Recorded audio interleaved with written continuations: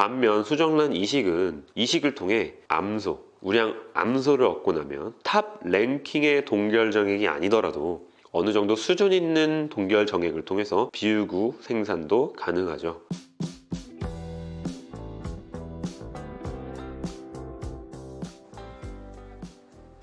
개량에 관해서 지금까지 계속 여러 방면으로 얘기해 봤는데요. 최대한 빨리 개량을 할 수 있는 방법, 그리고 최대치로 개량을 할 수 있는 방법이 있다면 정말 좋지 않을까요?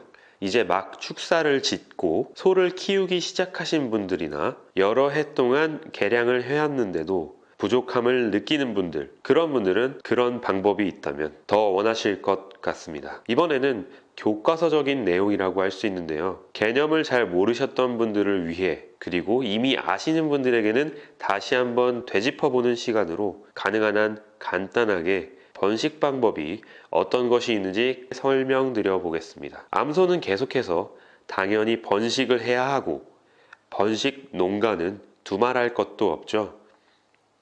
암송아지가 나오면 추후 후보축이 될 테고, 숫송아지가 나오면 번식 농가는 판매, 일관 사육 농가는 비육으로 키우겠죠. 번식하는 방법은 여러 방법이 있습니다. 첫 번째로 교미를 통한 방법. 교미를 통한 방법은 개량의 표준화가 어렵고 교미를 하면서 사고가 발생할 수 있고 좋은 소를 구하기 어렵다는 단점이 있습니다. 그래서 현재는 많이 쓰이지 않고 있는 방법이죠. 사람의 손이 가지 않아서 신경 쓰지 않아도 된다는 그런 장점 때문에 이런 방법을 사용하는 농가도 있다고 하네요. 두 번째로 인공수정 방법. 현재 전통적으로 실시하고 있는 인공수정 방법입니다.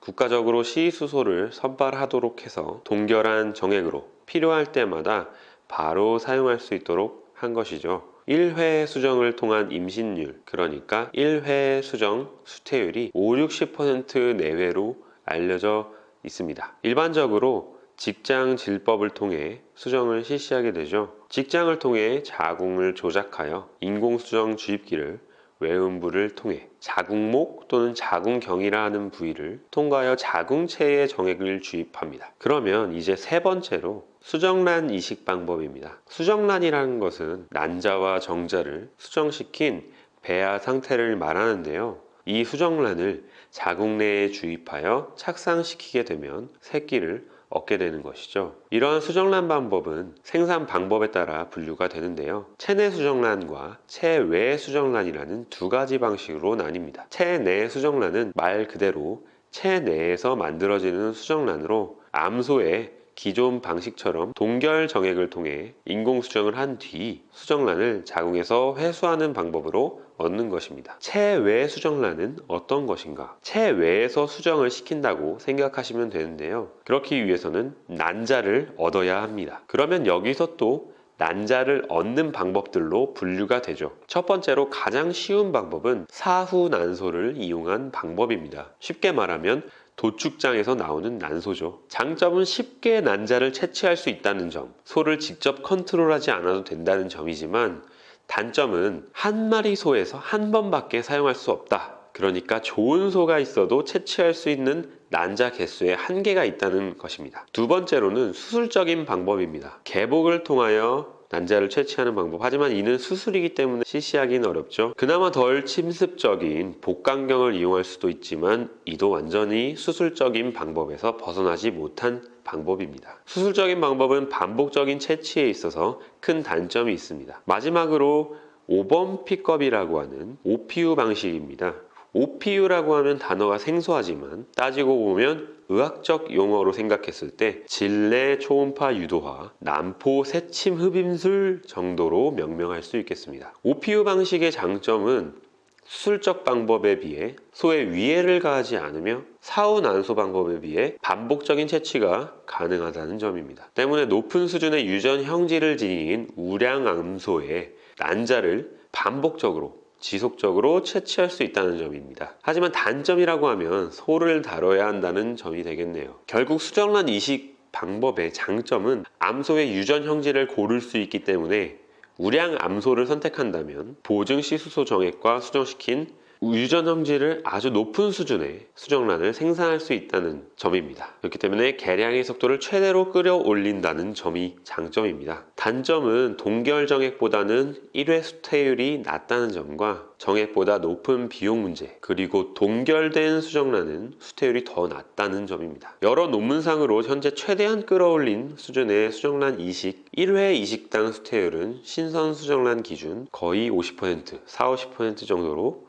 알려져 있습니다. 그렇다면 우리가 우량암소를 만들어야 지속적으로 높은 수준의 후대를 얻게 되니까 유전형이 높은 수준의 동결 정액을 통해 암소를 얻어야겠죠. 동결 정액의 최대 장점은 수정하기 간편 용이하다. 그리고 비용 대비 효율성이 가장 높다는 것입니다.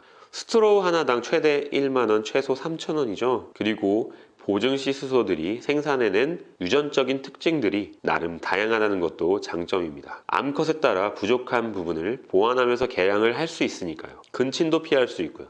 하지만 이 방법은 정액으로만 개량을 하게 되다 보니 정말 좋은 소를 만들기 위해서 시간이 오래 걸립니다. 이전에 말씀드렸기도 했죠. 유전적인 능력이 높은 보증시 수소의 동결 정액은 경쟁률이 높고 얻기가 쉽지 않기 때문에 얻어도 개수도 얼마 안 되고요. 때문에 어느 정도 수준의 개량에서 멈춰버리는 경우도 있습니다.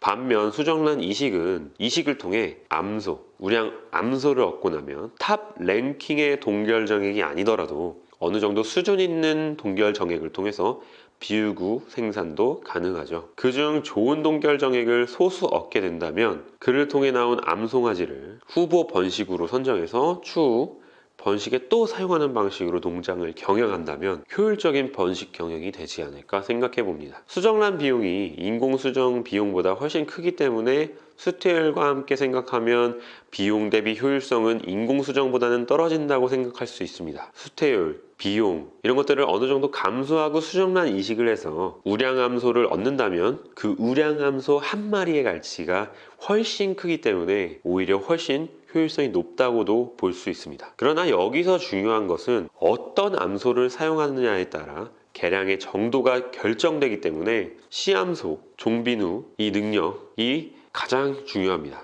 수정란 이식 방법을 생각하신다면 다른 것들보다 어떤 암소, 어떤 보증 C수소 정액인지를 잘 확인해야 합니다. 그리고 저는 추후 실제로 나온 송아지가 정말 그 혈통인지도 친자 감정을 통해 필시 확인해야 된다고 생각합니다. 축산업도 생명공학의 발전에 따라서 계속 발전해 왔는데요. 성감별 정액을 이용한 인공수정 방법도 사용이 되고 있습니다. 국내에서는 아직 성감별 정액을 취급하고 있는 곳이 몇몇 없는 것으로 알고 있습니다. 반면 미국 등의 해외에서는 성감별 정액 시장이 점차 성장하고 있는 추세입니다. 이에 같은 방법으로도 성감별 수정란도 만들어낼 수 있겠죠. 성감별 정액이나 수정란을 통해 우량암소들을 많이 생산한다면 농가의 개량에 확실한 주춧돌이 될 것이라고 생각합니다.